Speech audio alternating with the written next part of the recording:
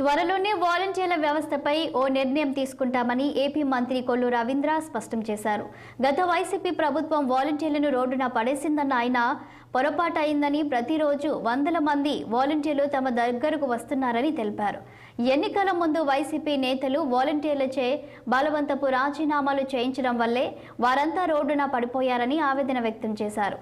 అటు ప్రతి నెల ఇళ్లకు వెళ్లి పెన్షన్ ఇచ్చేలా చర్యలు తీసుకుంటామని మచిలీపట్నంలో ప్రకటించారు మంత్రి కొల్లు.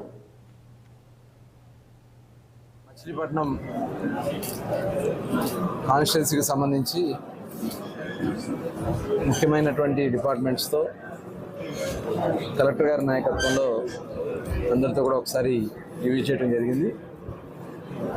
అంటే గతంలో ఉన్న పరిస్థితులు ఇప్పుడు రాబోయే కాలంలో, ఎందుకంటే ఇప్పుడు సమ్మర్ ఎండింగ్కి వచ్చింది, వర్షాలు రాబోతున్నాయి. ఇమీడియట్గా చేపట్టాల్సినటువంటి అత్యవసర పనులు ఏమున్నాయో అవన్నీ కూడా ఒకసారి అవగాహన కల్పించుకుని ఇమీడియట్గా చేయాల్సినటువంటి కార్యక్రమాన్ని కూడా చేయడానికి గురించి మాట్లాడటం జరిగింది. ప్రధానంగా మచిలీపట్నం మున్సిపాలిటీలో మరి యుద్ధ ప్రాతిపదికన చేయాల్సినటువంటి మంచినీళ్ళ సప్లై కానీ, శానిటేషన్ కానీ, అలాగే డెవలప్మెంట్కి సంబంధించి సెంట్రల్ గవర్నమెంట్ స్కీమ్స్కి సంబంధించి ఇవన్నీ కూడా మాట్లాడటం కూడా జరిగింది.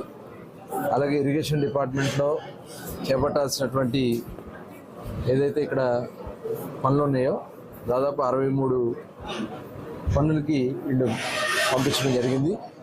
మచిలీపట్నం